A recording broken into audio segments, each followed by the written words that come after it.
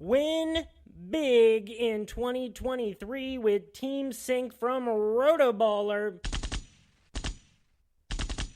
Import your fantasy teams and sync your leagues. Get customized tools and tailored advice for your specific rosters and scoring settings, including live recommendations from the Live Draft Assistant, Free Agent Finder, and Lineup Optimizer. Sync an unlimited amount of NFL, MLB, NBA, and NHL fantasy teams from all of the major fantasy platforms. Get a discount for any premium pass using my code Knuckler. That's KNUCKLER, one who throws knuckleballs. Just visit rotoballer.com/radio and start rotoballing like a boss. And what's up, everybody? This is Brady Grove bringing you episode 94 of RotoBaller's official MMA podcast, Tap That, and we are looking forward to UFC 288 this weekend. And so, we got 13 fights on this card. It's happening in Newark, New Jersey.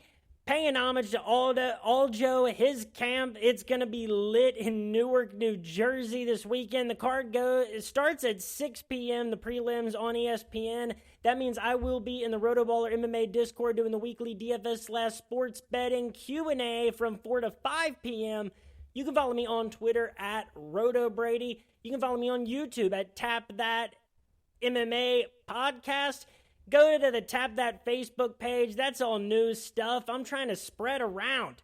Let's see. The XFL Championship game, that's coming up 1 weekend from now. Check out all my XFL material, my USFL betting material. I'm going to be at the USFL doubleheader in Canton, Ohio on Sunday by myself for the love of the game.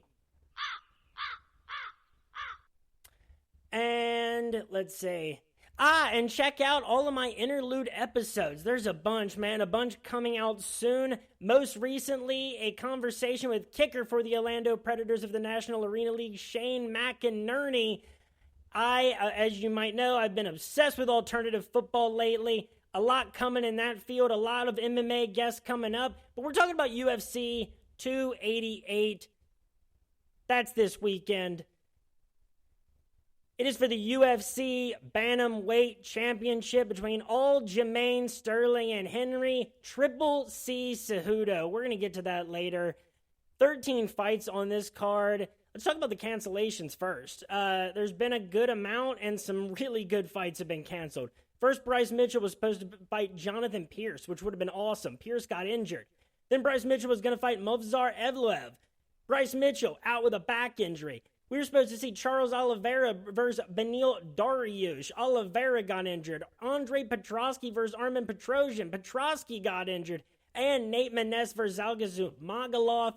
Maness had to go out on that one. By the way, there's also ONE FC, One Fight Night 10 this week, Ryzen 42. Invicta was last night on Wednesday. My picks for all of that stuff will be on Twitter at RotoBrady. Let's talk the card. Let's give a rundown each matchup. First up in a middleweight matchup, we got Joseph Holmes and Claudio Ribeiro. Then at flyweight, Zhalgazov Magomedov, you got to think one more try against Rafael Estavam in a replacement matchup. At middleweight, Ikram Aliskerov against Phil Hawes. A heavyweight matchup, sure to be a banger of sorts. Let's see if it gets sloppy. Parker Porter versus newcomer Braxton Smith, 5-1 as a pro. Marina Rodriguez takes on Virna Jandiroba in a strawweight matchup. Chaos Williams versus Rolando Bedoya at welterweight. Devin Clark and Kennedy Nzechukwu at 205 pounds. Drew Dober and Matt Frivola in what is sure to be a firefight at 155. A featherweight fight between Kron Gracie and Charles Jourdain. Air Jourdain. Movsar Evloev will be taking on poor Diego Lopez at featherweight. And, we'll get to that. But he was supposed to be fighting, Bryce Mitchell, and I loved that matchup. Then we have a strawweight top 5, depending on whose rankings you consult, matchup between Jessica Andrade and Yan Xiaonan. The co-main event is a high stakes welterweight fight between Belal Muhammad and Gilbert Burns. And then the championship fight, a bantamweight clash between Aljo Sterling and Henry Cejudo. Let's get right into it. Let's start with Joseph Holmes and Claudio Ribeiro. Ribeiro is the minus 175 favorite. Holmes is the plus 145 underdog. Holmes is 2-2 in his time in the UFC. He's lost 2 of his last 3. One was to Jung Young Park. That's always understandable. He got subbed. He does have a submission win over Alan Almadovsky in round 1 back in May of 2022. A loss to Jamie Pickett by unanimous decision. That never looks good. And a submission win in the Contenders Series back in October of 2021. Claudio Ribeiro will only be at a 3-inch reach disadvantage. That's kind of a small advantage for Joseph Holmes. Now, he won his fight in the Contender Series against Ivan Valenzuela by first-round knockout, but he got knocked out in round 2 against Abdul Razak Al Hassan. By the way, about Ribeiro, he does come to us from Future MMA, but his last fight before the Contender Series was 2021, September. He was the middleweight champion of Future MMA and of Thunder Fight. A lot of knockouts in that guy's path.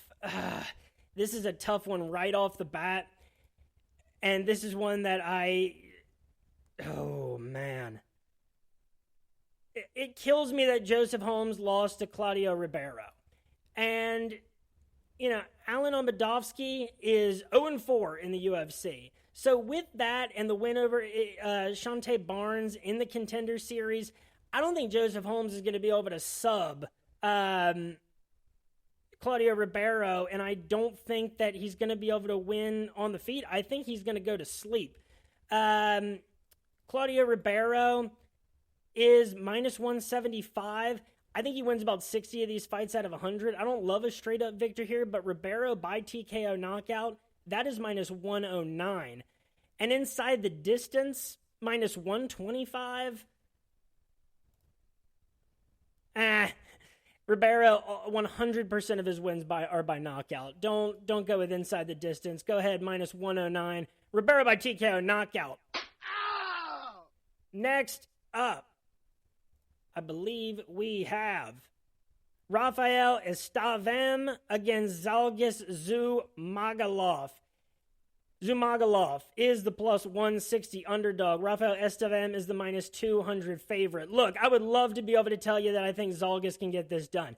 Zhalgas Zhumagulov has possibly had some of the worst luck matchup-wise and result-wise in the UFC, let alone the flyweight division. He is 1-5 in the UFC. Now, granted, those losses are to Rallium Paiva, Amir Albazi, who only outstruck him by 9, took him down one more time than Zhalgas did.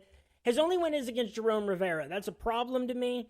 Anybody who did beat Jerome Rivera, it's hard for me to be impressed by it. He did not look good in his time in the UFC. At least he got a quick finish. But then 3 straight fights against the likes of Manel Kape, who knocked him out, Jeff Molina, split decision loss. He got 2 takedowns, did get outstruck by 19. And then against Charles Johnson, a split decision loss that a ton of people, including myself, thought he won. I didn't want him to win because I had money on Charles Johnson. But Zhalgas outstruck him 119 to 115 and got a takedown. The numbers don't always fully tell the story there, but round by round, I was really confident that Zhalgas had taken that. I would love to tell you that based on that misfortune, that I think Zhalgas is going to pull this off. But he's had bad luck getting matched up against killer prospects, man. And Rafael Estevam is 11-0, 26 years old, undefeated. That's what 11-0 means. Came in via the Contender Series, a round 2 TKO over João Elias, who was 17-3-1 at the time. That was in September of 2022. He came in via LFA, and mostly Shooto Brazil. Every single fight except for 2 before the Contender Series was in Shooto Brazil. He wasn't a champion there. He fought at bantamweight. He's a little bit bigger too. And 7 of his fights out of 10 have been inside the distance finishes. He hasn't gone to decision since September of 2020.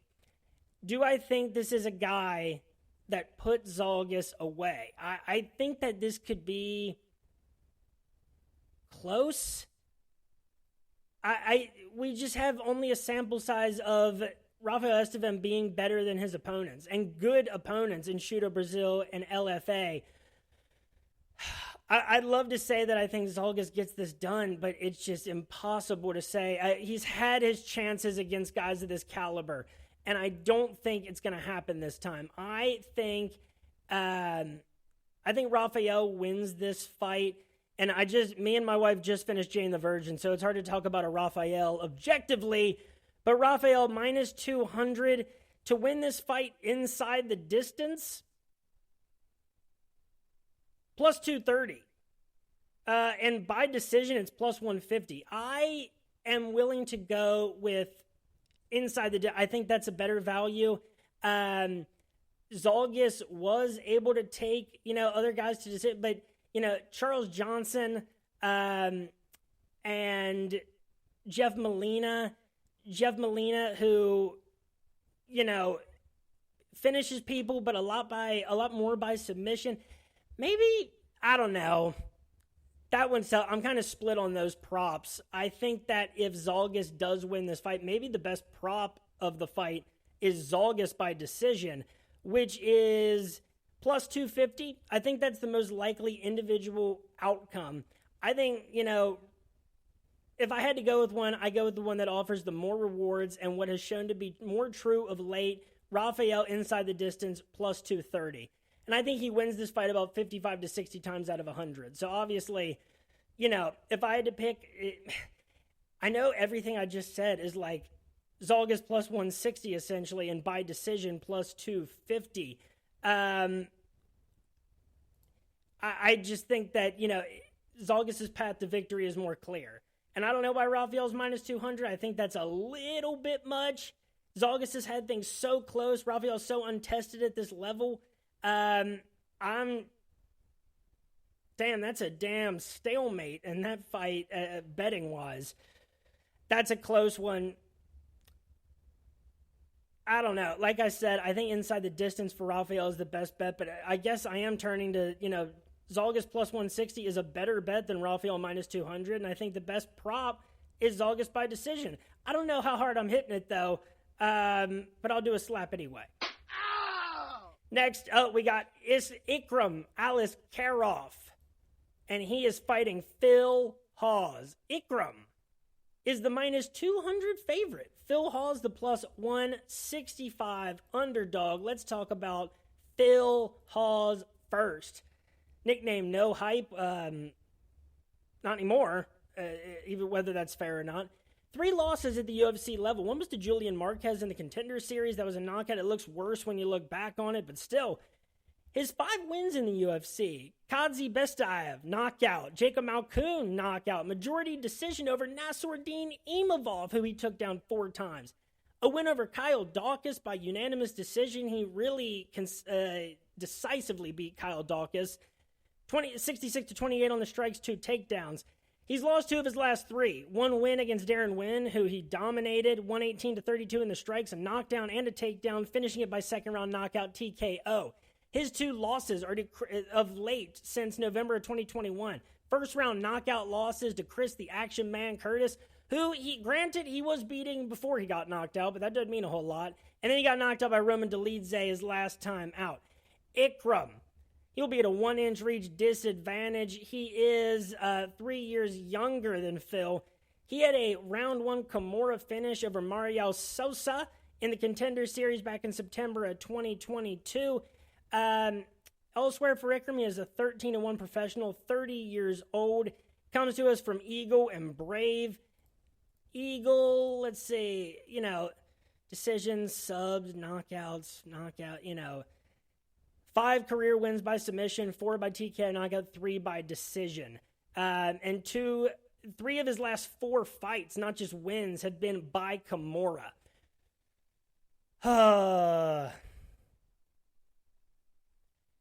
Here's the thing. And also, by the way, Ikram Aliskerov, his only loss professionally is by knockout in Brave to Hamzat Chimaev. The only thing is, I don't know if Ikram has fought anybody of Phil Hawes' level, maybe Mario Sousa, besides Hamzat, who's actually, obviously way beyond that. This is another one where I think, Phil Hawes has only lost to top, ranked guys in the middleweight division, since that Contender Series loss. And he's beaten impressive opponents. I think plus 165 is a little bit much. I think Phil Hawes maybe wins this fight 40 to 45 times out of 100, so I like plus 165. I think there's a lot we don't know about Ikram, obviously, so minus 200 seems a little too risky. Hawes by TKO knockout, I think, is by far the best prop for him. I think it's how he wins almost 100% of these fights against Ikram. That's the one way that Ikram has lost in his professional career. Granted, it came to Hamzat, but, Phil Hawes has a lot of knockouts on his record. Ikram, on the other hand, by submission, that's plus 250. Inside the distance it's anywhere from minus 110 to plus 100.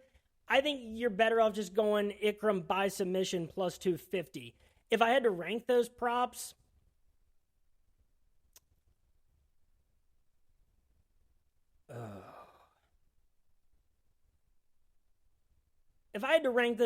I go Hawes by knockout and I go Ikram by submission. I think they're of equal likelihood to happen, so I go with the one that offers the most rewards. That's a really interesting matchup, though, because, Phil Hawes could, again, look like an interesting guy with a good win here, especially with his only 2 losses over the last few years being to Roman and to Chris Curtis. But Ikram, if he has an impressive submission victory over a guy of the quality level of Phil Hawes in his first fight since the Contender Series, that would certainly announce his presence to the rest of the division. Next up, we got Braxton Smith and Parker Porter. Parker Porter was a great pick for me in his 3-fight winning streak. In his wins against Josh Parisian, Chase Sherman, and Alan Badeau, he landed a combined over a combined 300 strikes. And he actually had a combined 5 takedowns throughout those fights. But he's still 3-3 in the UFC. Losses to Chris Daukaus, Jailton Almeida, and Justin Tafa. I will maybe hold the last one against him. Those other two, Chris Daukaus, just a more talented dude than him, even though Chris Daukaus hasn't looked that great since. Jailton Almeida, what the hell are you going to do, man? That guy's really, really good. I haven't hit a you can't do this yet, but what I would say to Braxton Smith is... Smith, one comment, man, one comment. No, don't be scared, homie. I would say to Braxton Smith, don't be scared. Braxton Smith is the plus 130 underdog. Parker Porter, the minus 160 favorite. I will remind you, too, Parker Porter, 2 of his 3 losses in the UFC are by knockout to Justin Tafa and Chris Daukaus, both in the first round. Braxton Smith, let's talk a little about this dude. 5-1 as a pro, as we mentioned. 33 years old. He comes to us from Peak Fighting. That isn't, awesome, but all of his victories have been by knockout. He even has a head kick knockout, which you see his picture. It doesn't look like something that he's capable of doing. He does not have much of a neck. I can't believe he can get that leg up that high. He was the Peak Fighting heavyweight champion before coming to the UFC. That was just March 11, 2023 when he captured that. And, by the way, with Braxton Smith, huge gap here from his first pro fight, January of 2014. It's his only loss, and it came to Chase Sherman in V3 fights. Since then, he has done very well in Peak Fighting and fought a lot since May of 2022. That's where all of his 5 wins have come from. Look, Parker Porter beat guys that he should beat and that he shouldn't have really been an underdog in. The fights that he was in were really pick 'em. And, I think against a guy that can put him to sleep and can't land, like Chase Sherman or Josh Parisian, landed a combined 231 strikes on Parker Porter and didn't put him out. I don't think that is going to happen for Braxton Smith. I think Parker Porter's taken a lot of damage in the UFC. He's coming off a knockout to Justin Tafa. I think this is about a 50-50 fight. I think Braxton Smith plus 130 is a great value. And prop-wise, outcome of victory-wise, Braxton Smith by TKO knockout, I think that's how he wins 100% of his 50% of these fights. At plus 175, I love it, hit it. And Porter by decision is plus 700. Plus 700. By submission is plus 350. By decision is, or by knockout is plus 150. Based on what, I would ask you? He doesn't have a single knockout in the UFC, and against guys that are plenty used to getting put out if necessary. And if you're going to be able to hang around, those are guys that maybe you should finish. I think if Parker Porter wins this, it's by decision plus 700. I think that's a fantastic value. Next up, we got Marina Rodriguez against Virna Jandiroba. Marina Rodriguez is the minus 140 favorite. Virna Jandiroba is the plus 115 underdog. Marina. Let's start with Marina because I like her in this one. Winner of 4 of her last 5, loser of her last fight. That was against Amanda Lemos, by the way. Over that 4-fight winning streak, she got a knockout over Amanda Ribas January of 2021, then 3 straight decision victories against Michelle Waterson-Gomez, Mackenzie Dern, and Xiaonan Yan.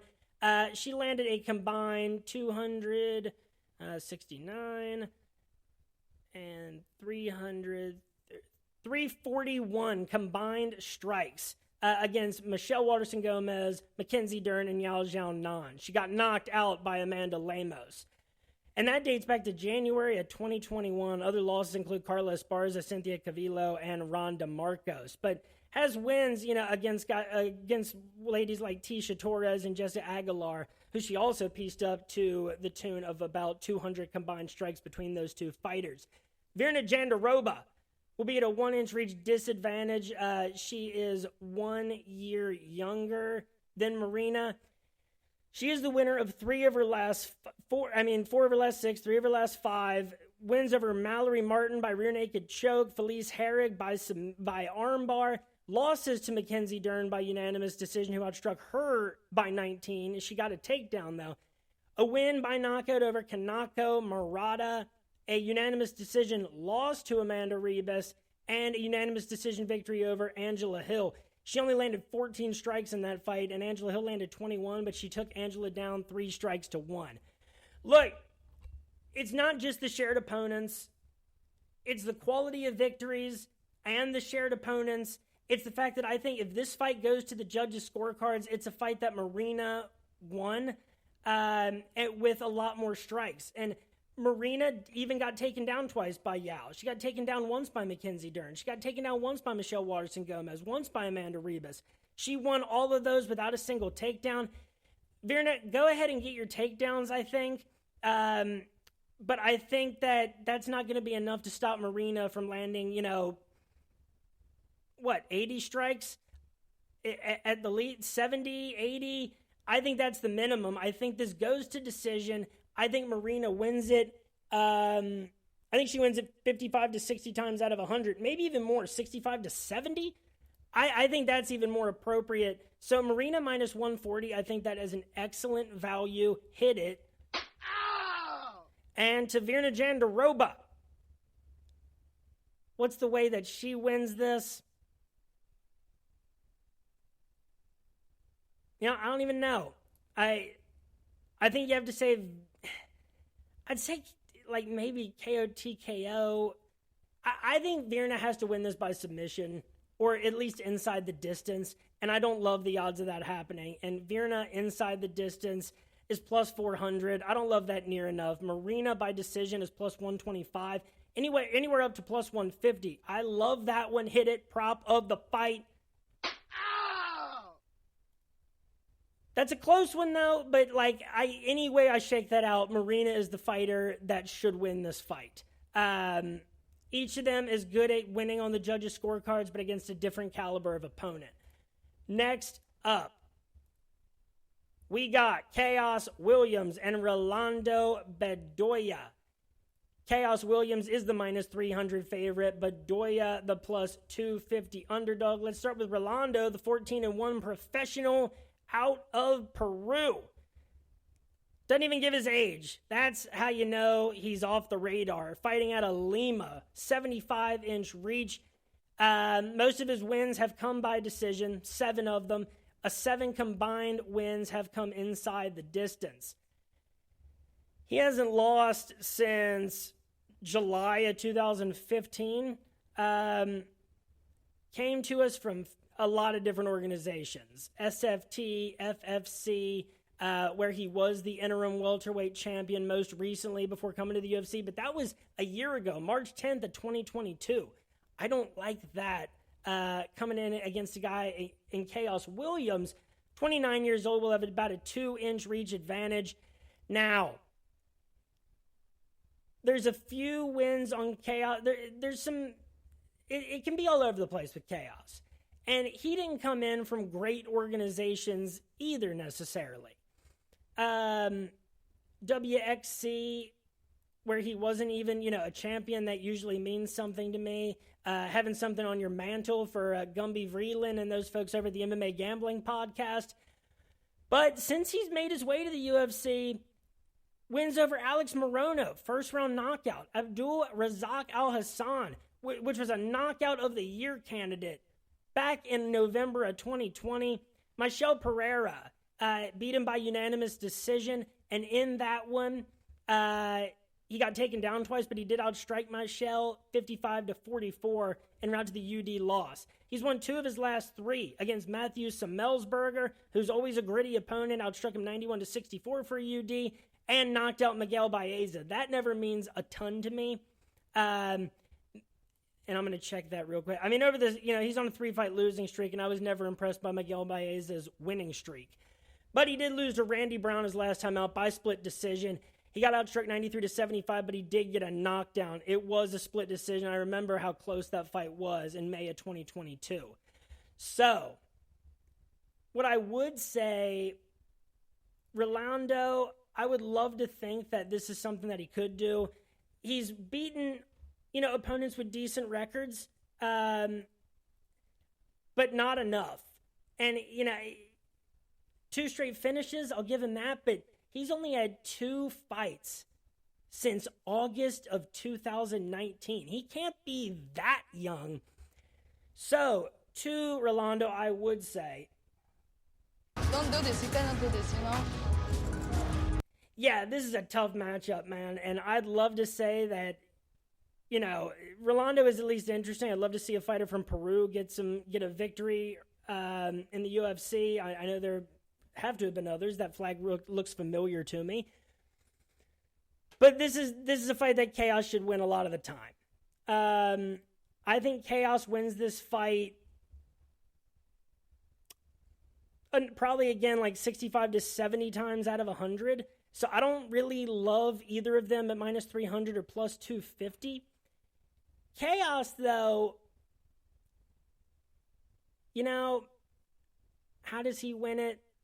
By TKO knockout, I'm seeing minus 115, minus 135. That's an all right value.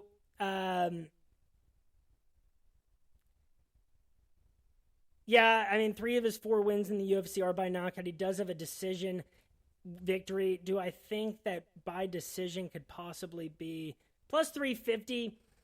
I don't know. I think that's about similar value. But I think Williams outclasses him, knocks him out. Like he does opponents of this quality level.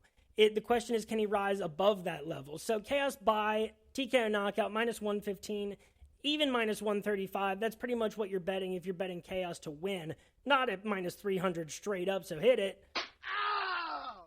And Rolando, I think if you're going to bet anything for him, I don't think you go with an outcome. I think it could be, an equal split of decision or submission.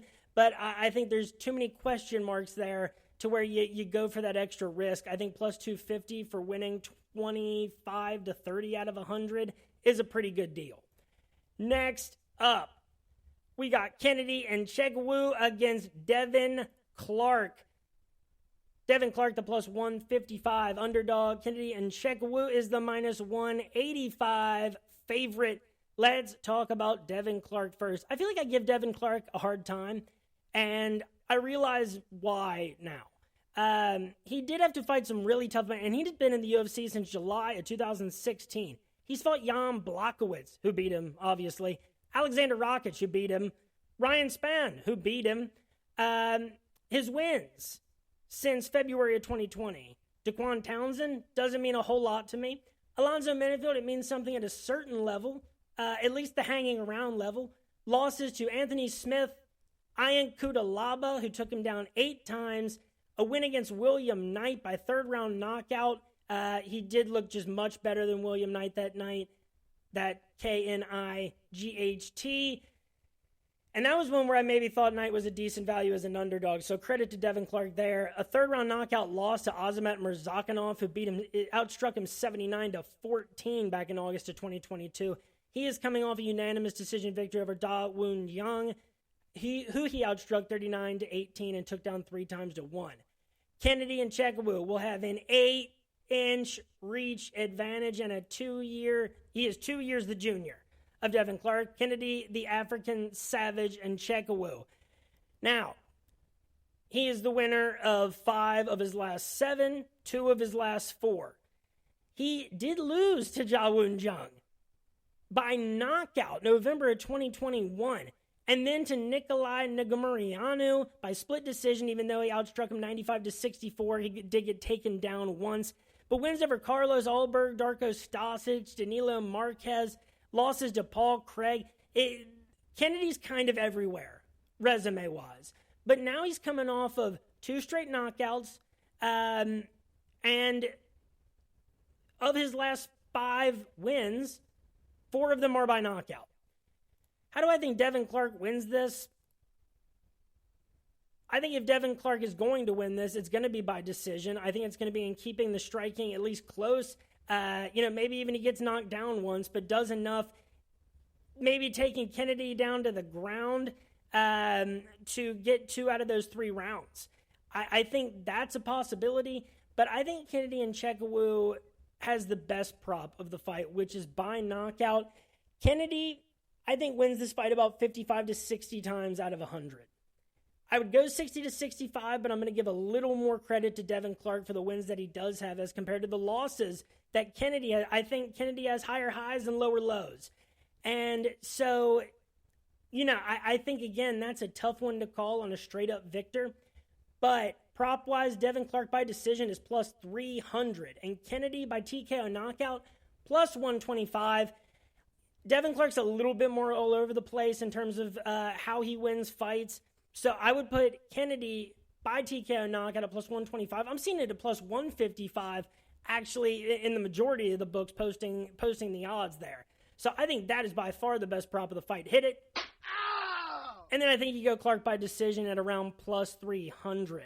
But that's an interesting one because it's a fight that I think both of these guys really needs to solidify themselves and be able to make a move upward. They're kind of in similar stages in how many fights they've been winning and losing. Their opponent credibility is about right there. This is a fight that both of these guys need to be able to, take that next leap and be taken seriously and get a bigger opponent the next time out. Next up, we got Drew Dober and Matt Frevola. Oh boy. Drew Dober, the minus 225 favorite. Frevola, the plus 180 underdog. You can see fire in these guys' eyes when they're looking at each other and getting ready for this fight. And let's start with Drew Dober. No, let's start with Matt Frevola. Winner of 4 of his last 6 on a 2-fight winning streak. Wins over Jalen Turner. This is dating back to April of 2019. That's by UD, a split decision over Luis Pena. He got 4 takedowns in that fight and 4 against Jalen Turner. Losses to Arman Sarukian, who took him down 10 times and outstruck him 50-16. A first-round knockout loss to Terrence McKinney, June of 2021. Remember that one for a second later. Then 2 straight first-round knockout wins against Guillermo Valdez and Otman Azatar, both in 2022. Drew Dober, 2 years older. They have the same written out. Drew Dober will be at a 1-injury disadvantage. Drew Dober is on a 3-fight winning streak, though, and he's won 6 of his last 8. Impressive opponents that he's knocked out: Nasrat Haqparast, Alexander the Great Hernandez, Terrence McKinney, Rafael Alves, and Bobby Green. His last 6 wins are by knockout, dating back to June of 2019, and he's been in the UFC for a while. His first fight in the UFC was October of 2000. Oh, that was Strikeforce. Never mind. That was in 2008, but then really got into the UFC back in 2013-14. Hasn't fought too many, big-time guys. Oh, except for his last 3 losses are to Brad Riddell, Islam Makhachev, and Beneil Dariush. Look, Frevola can make any fight scrappy. And, he's shown at least to be able to get victories over the likes of Ottman, Gennaro, Luis Pena, and Jalen Turner. That definitely means something.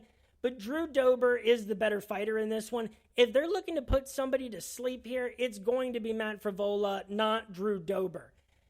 So, I think Drew Dober wins this fight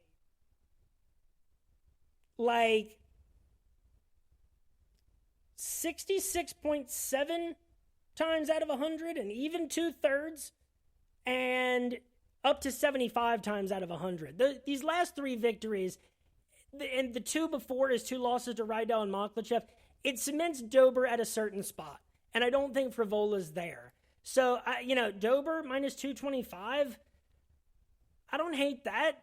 I definitely don't like Frevola at plus 180, but betting a prop, an outcome of victory here, Dober by TKO knockout, that is minus 110. Best prop of the fight, maybe one of the best props of the card. Hit it. Ow! As for Frevola, if he wins this one, maybe he, grinds out a decision like he did against Luis Pena and Jalen Turner. I don't know if it goes the knockout route it did against Gennaro and Ottman. They're not of Drew Dober's level. So while Frevola by TKO knockout, that's plus 600. Frevola by decision plus 450, I think, is a much better value. Next up. Come on. Next up. And we got 5 fights left. A featherweight matchup between Kron Gracie and Charles Air Jourdain. Jourdain, the minus 175 favorite. Kron Gracie, the plus 145 underdog.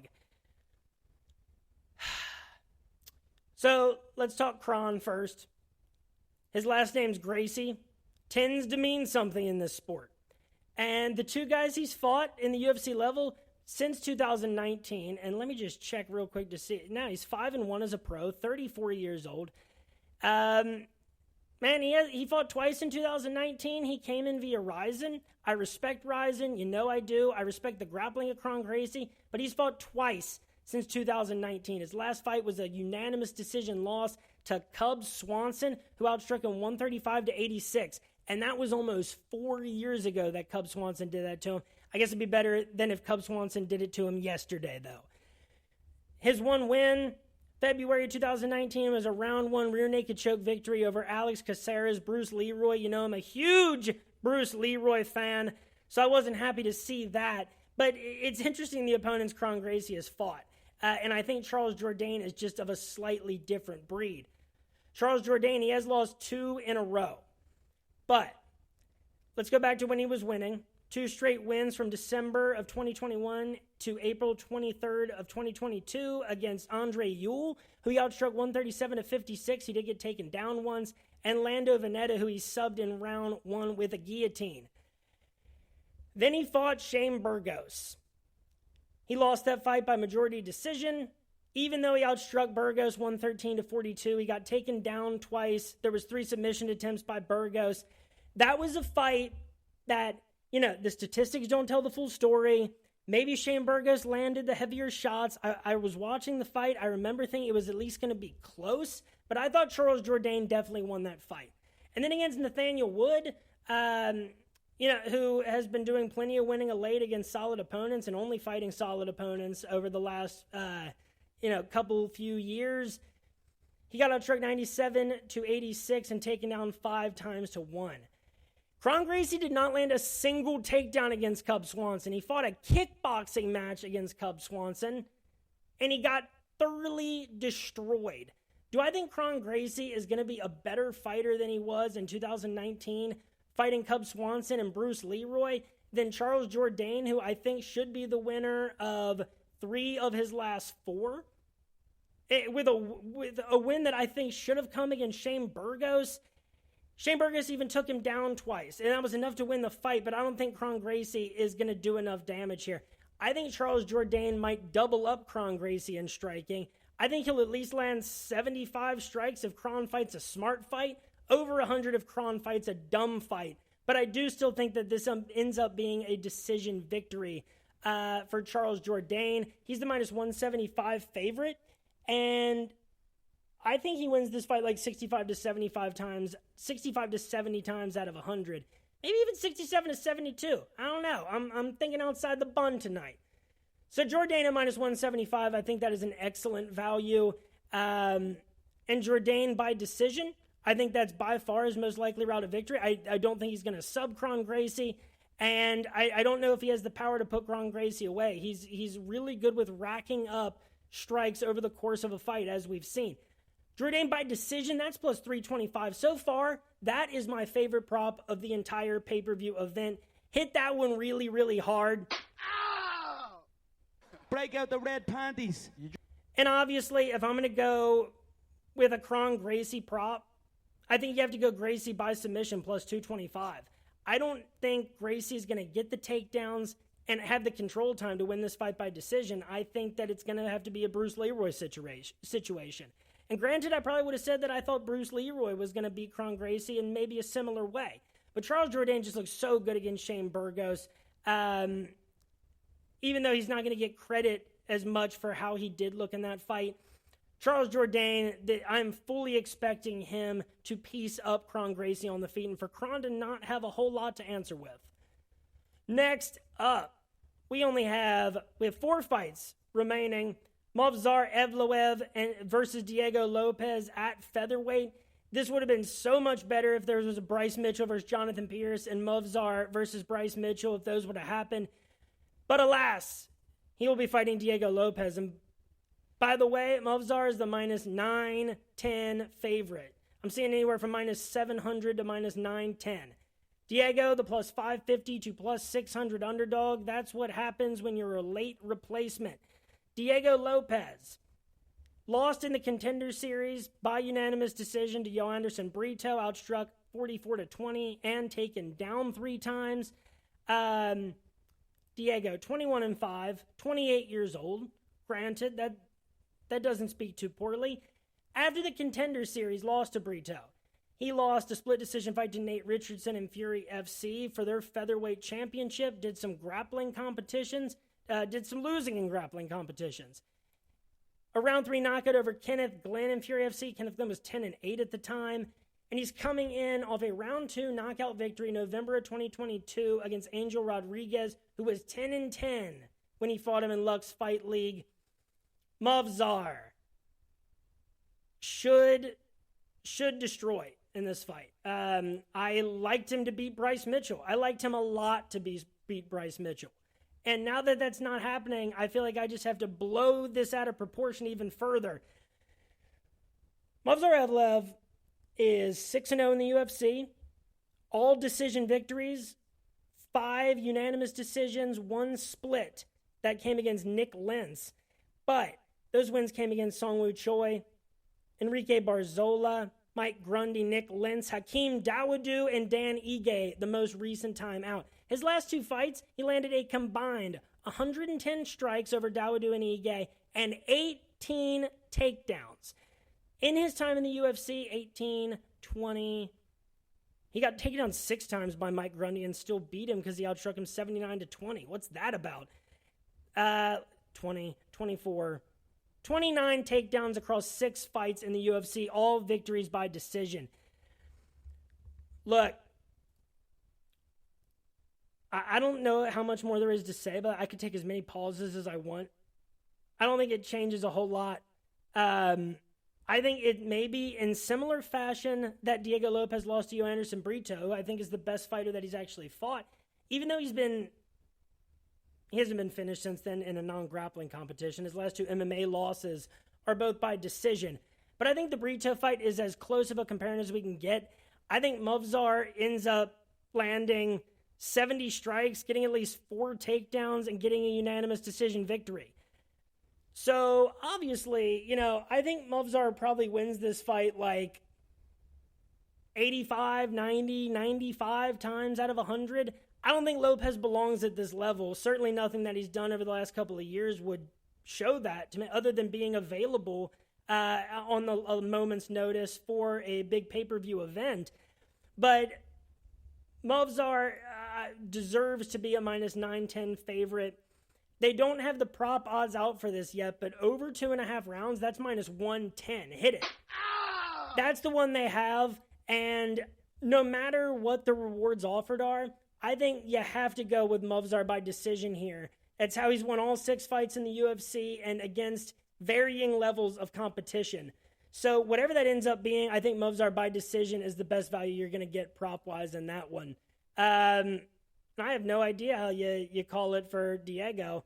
I wouldn't bet on him straight up. And, if Diego does it, maybe it's by, inside the distance.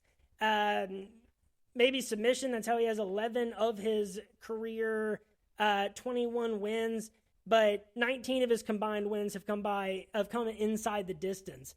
So I don't know if you're going to go Diego, maybe go inside the distance, make that heavy underdog a little bit more worthwhile. Next up, we got Jessica Andrade and Yan Zhao Nan. Oh, this one's fun to think about. Andrade, the minus 200 favorite. Yan, the plus 165 underdog. You guys know I love Yan Zhao Nan. The fact that this is a strawweight fight does matter, obviously. Obviously, Jan's not going up to flyweight to face Jessica Andrade. Yan, the winner of, 2, 3, 4, 5, 6, 7. She's won 7 of her last 9. That's all in the UFC, but she has lost 2 of her last 3. She built her way up, got wins over Angela Hill, Carolina Kowalkiewicz, and Claudia Gadelha. Her first 6 wins and 6 fights in the UFC, all by unanimous decision. Even if she got taken down by opponents, she outstruck them enough, as was the case against Claudia Gadelha. She took Carolina Kowalkiewicz down 5 times and outstruck her by about 60. Angela Hill outstruck her. She landed 150 strikes against Yuri Kondo. Now, of late, she got dominated by Carla Esparza on Carla Esparza's route to the strawweight championship once more. Outstruck 27-5, taken down 3 times, finished by TKO in round 2. Then she lost to Marina Rodriguez by split decision. She got outstruck 72-56. She did land 2 takedowns. That's why it was a split decision. And here's the thing. Yan Zhao Nan, like Carla Esparza, like Angela Hill, like Michelle Waterson-Gomez, they have skill sets that lend themselves well to close decisions and to possibly getting 2 out of 3, even when maybe you shouldn't on the judges' scorecards. Her last time out in October of 2022, God, that was already that long ago. Oh my God. Anyway, she beat Mackenzie Dern, outstruck her 113-61. She got taken down twice, had to very narrowly avoid the submission attempts of Mackenzie Dern. She almost got caught in a last-second armbar, but avoided it. It was a big win for Yan to get back on track. Jessica Andrade, she will be at a 1-inch reach disadvantage. She is actually 2 years younger than Yan. Winner of 3 of her last 4, 4 of her last 6. You can't blame her for any of her losses. After she got the strawweight title from Rose Namajunas by knockout slam, her losses came to Weili Zhang, Rose Namajunas, Valentina Shevchenko. All 2 of those 3 in championship fights. Wins over Caitlin Chookagian by knockout, Cynthia Calvillo, first-round knockout, first-round arm triangle over Amanda Lemos, and a unanimous decision victory over Lauren Murphy January of this year. And she outstruck Lauren Murphy 231-100 with a takedown. She lost her last time out against Erin Blanchfield, and Erin Blanchfield looked incredible in that fight. That was just in February, just less than a month after she had beaten Lauren Murphy. She got subbed in round 2 by rear naked choke. She did outstrike Erin Blanchfield 53-51. This one is just a comparison of who I think is the better fighter. How I see this one going, do I see Jan outstriking Jessica Andrade? No. Do I see her taking her down and controlling her throughout a fight? Not at all. And do I see her submitting Jessica Andrade? Definitely not. I think if I see anybody doing all three of those things, it's Jessica Andrade. The question is, can Jan sneak by with 2 out of 3 in this one? I think that possibility remains there. And it's why I do think Andrade wins this fight 60 to 65 times out of 100. I think the most likely route to victory for Andrade.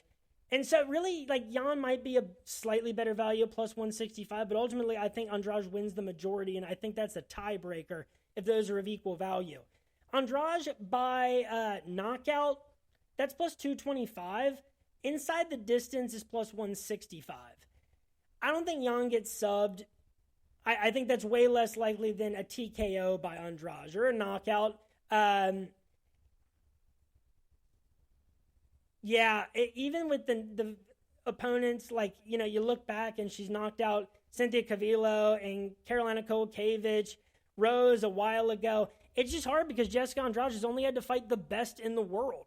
And I definitely don't want to overreact to her loss to Erin Blanchfield, and I definitely don't want to overreact to Jan Xiaonan's win over Mackenzie Dern, who is a very, talented young fighter, but is very one-dimensional and kind of a style that I thought going into the fight, Jan was well-suited to win, if she could just avoid the submission. I think that she's going to have to avoid everything from Jessica Andrade, and I don't think it happens. So Andrade inside the distance, that's a decent value, plus 165, but I'm actually going to go with Andrade by TKO knockout. I think that's a way more likely route to victory. If Carla Esparza can do it to Jan, Jessica Andrade certainly can. And I'm seeing that anywhere from plus 225 to plus 360. If you can find it north of plus 300, hit it all day. Ow! Next up, we got the co-main event of the evening, a welterweight matchup between Belal, remember the name, Muhammad, and Gilbert Durinho Burns. The odds. Belal Muhammad is the plus 110 underdog. Gilbert Burns the minus 135 favorite. That is way more fair than I thought it would be. And maybe I don't need to say this to Belal Muhammad, but what I would say... Nick, one comment, man. One comment. No, don't be scared, homie. Don't be scared, Belal Muhammad. Even I have slept on your 4-fight winning streak. And really, he hasn't lost since January of 2019. He's been super active. He has 3 losses in the UFC. One to Vicente Luque, all the way back in 2016. One to Jeff Neal, January 19th of 2019. Then in a row, beat Curtis Melinder, Takashi Sato, Lyman Good, and Diego Lima. 3 out of those 4 were by decision. Then the no contest with Leon Edwards, which seems like yesterday, but that was March of 2021. A fight that, I think that Leon was winning, but Belal definitely wasn't out of yet. But that's not a loss. That was a no contest. And since then, Leon Edwards went on to beat Kamaru Usman twice in a row. So that no contest, as brief as it was, it went into round 2. So it looks a little different when you look back. And now Belal's on a 4-fight winning streak again after that no contest. 3 unanimous decision victory over Damian Maia, Stephen Thompson, who he outstruck 58-19 and took down 7 times. He avenged his loss to Vicente Luque, outstruck him 84-60, but he got 5 takedowns against Vicente. And then last time out, a second round knockout victory over Sean Brady, who he outstruck 80-58. Gilbert Burns will be at a 1-inch reach disadvantage. He is also 2 years older than Belal Muhammad. He's won 3 of his last 4.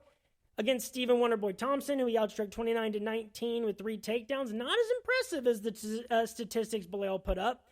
And the other wins were against Neil Magny by round 1 arm triangle, January of this year, and against Jorge Masvidal by unanimous decision victory. Predictable fashion, 42-39 on the striking, but 4 takedowns. That's what ultimately led to the win on the judges' scorecards on UFC 287. Burns is going to be on 2 straight pay-per-view cards. This is where it gets tricky because he has wins over the same slew of opponent, a few of them like Damian Maia, like Stephen Wonderboy Thompson. But his 2 losses are to Kamaru Usman and Khamzat Chimaev. Do I think that is going to include Belal Muhammad by the end of the weekend? I think it has a great chance to. Again, I always think Belal is, I still look at him as a guy like, a couple away. I know he's going to, but is he of that upper echelon? I think these last 4 wins show that he does belong there. And being able to put Sean Brady away, avenge the loss of Vicente Luque, land so many strikes and get so many takedowns against Stephen Thompson. It's going to be a different fight with Gilbert Burns. I think that it's going to be close. I think that they might end up neutralizing each other in a lot of different situations.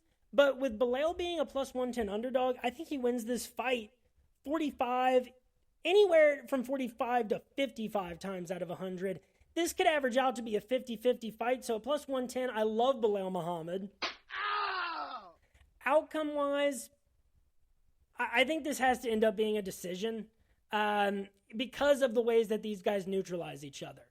I think that I think maybe this goes the way of Belal, versus. There's really no good comparison. I think that you just have to take the aggregate of what these guys have done to their opponents. They've been better MMA fighters for sure. Mostly decisions out of their last 4 victories, but 1 finish. Gilbert Burns came against Neil Magny. I love Neil Magny, but I don't know what a win like that means at a certain point in Neil Magny's career. We know what Gilbert Burns, we knew what he was going to do to Jorge Masvidal before that fight. I have to call everything even and say I think Belal wins this, and I think that the best prop for each of them is by decision. Belal by decision, plus 200, and Burns by decision, plus 250. I think those are 50-50 too, and so I give the edge to the guy that I think is going to actually win this fight in Belal. And I think Burns is maybe the more likely of the two to win this fight inside the distance some way, somehow. I think if Belal wins this fight, the striking is between 30 and 50 for the total amount of strikes that he's landed. And I think that maybe each of them have a few takedowns. This could very well be a split decision. Muhammad plus 200, Muhammad plus 110 to win. I love both of those. And I'm rooting for him here because this would be a signature win for a guy that has really needed one. I think that he deserves a lot more credit for the wins that he's gotten, but this one would put him at another level, and it'd be a lot more undeniable that you got to give this guy a higher stakes fight even than this, in which what is a co-main event on a UFC pay-per-view event. Last up, we're to the main event of the evening. Break out the red panties. It is a bantamweight championship matchup between Aljamain Sterling and Henry Cejudo. Triple C. Triple C is the plus 100 underdog. Aljamain Sterling the minus 120 favorite. Now, I will start off and say, Henry Cejudo. Don't do this. You cannot do this, And maybe this is more appropriate.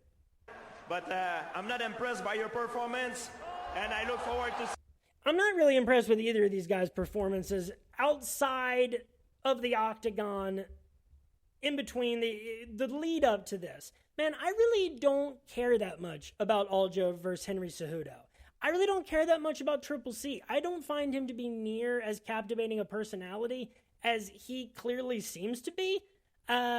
He's a great fighter, obviously. I mean, Henry Cejudo, the winning streak that he went on, after his 2-fight losing streak to Demetrius Johnson and Joseph Benavidez, very understandable losses, then he gets wins over Wilson Reis, Sergio Pettis, Demetrius Johnson, TJ Dillashaw, Marlon Moraes, and Dominic Cruz. Those last 3 wins were all by knockout championship fights, and beat Mighty Mouse by split decision, even though he got outstruck 81-51. He did get 3 takedowns to 1, which is extremely impressive when you're talking about doing that to a guy like Mighty Mouse. And of course, the loss, the victory over Dominic Cruz, where Keith Peterson apparently smelled like alcohol and cigarettes in the back locker room. Aljamain Sterling. He has a 7-inch reach advantage and a 2-year age advantage. And Aljo has not lost since December of 2017 when he got knocked out by Marlon Moraes, who is no longer capable of doing that to him. He had a win over Renan Barão before that, who he outstruck 71-19. Wins since in April of 2018 to now, Brett Johns, Cody Stamann, Jimmy Rivera, Pedro Munoz, Corey Sandhagen, and even up to that point, I still didn't know if Aljamain Sterling was the best bantamweight in the world, even after the DQ victory over Petr Yan, which he deserved because he got kneed in the head. But I thought he was losing that fight, even though he was outstriking Yan 97-86. He got taken down 7-1 and knocked down once. But you can't knee someone on the head when they're on the ground. But he avenged that loss in a split decision victory next time up, April of 2022 to Yan. Got outstruck 63-62, but landed 2 takedowns, took 2 out of 3, that was a close fight. But I did think Aljo won that fight. And there's people that thought Aljo was winning before the DQ the first time around. And he destroyed TJ Dillashaw, October of 2022. Knocked him out in the second round, outstruck him 72-8, 5 takedowns to none. Why do people think Cejudo had a great run? That was years ago. His last fight in the UFC was in 2020. That was now 3 years ago. Aljo, his last fight was October last year. And the 4 guys, the 4 fights that he had against 3 opponents, Sandhagen, Yan, Dillashaw, those are 3 of the best still in the bantamweight division. 3 years is a lot of time for the bantamweight division. And for flyweight, where, Cejudo also was, what Cejudo did was really impressive. But I don't find him as captivating as a lot of people seem to, as the UFC seems to. I think there's better fights for Sterling in such a packed bantamweight division, but we're going to get this one, and there's going to be some questions answered. If Cejudo was a bigger underdog than plus 100, I could see my way to getting there. Because I think that in any given night, the top 5 guys in bantamweight match up differently in the cage. Any of them could walk out of there with the victory and the championship belt. But if Cejudo was even plus 150, I might like him. But this is close. This is almost pick'em. It is pick'em on some lines. I think Sterling has done enough over this most recent sample size, looked just as impressive and possibly against a more impressive slew of opponents than Cejudo did before his UFC exit 3 years ago. I think Sterling wins this fight 60, 65 times out of 100. I won't go to 70 as a credit to the wrestling talent and all the accolades, the skill sets, the people that Cejudo has beaten recently enough. That's why I won't go to 70, but at minus 120, hit Aljo all day. And I don't know what's the result of this? I don't even think you bet a result of this one because I think it's going to be crazy. I think it could end in a bunch of different ways. Cejudo got 3 knockouts. That was his last 3 wins are by knockout. But is that what happens to Sterling? Maybe it is the most likely route to victory for Cejudo. And that is at plus 350. Cejudo by decision, plus 200. Cejudo inside the distance, plus 280. Sterling inside the distance, plus 300. God, those are all pretty close in value. And I think that, even with the knockout of TJ Dillashaw, maybe that is how Aljo does it. This is going to be a big layoff and a big adjustment for Cejudo. So maybe I do think Aljo by knockout, that's actually plus 800. I think that's a decent value if he was able to do that to TJ. But, I think I like Sterling inside the distance at plus 300 more than I like Sterling by decision at plus 225. The props for that main event are all over the place, but one thing I am confident in is Aljo minus 120. Folks, that is it for episode 94 of RotoBallers' official MMA podcast. Tap that, and we're looking forward to UFC 288 this weekend. And again, we got ONE FC, we got Ryzen this week. Check out my picks for that on Twitter. Anytime there's Invicta, Bellator, Ryzen 1, my picks will be on Twitter at RotoBrady. Again, this card starts at 6 p.m. on ESPN, the prelims. That means I will be doing the Rotoballer MMA, DFS/sports betting Q&A in the Rotoballer Discord from 4 to 5 p.m. this Saturday, May 6th. Check out all of my XFL and USFL betting content. Check out my YouTube page, Tap That MMA Podcast. Check out the Tap That Facebook page. Check out all my interlude episodes with Orlando Predators kicker from the National Arena League, Shane McInerney. There's going to be other interludes coming up from all over the sports world, especially MMA. Folks, thanks for listening. Have yourselves a great weekend and peace.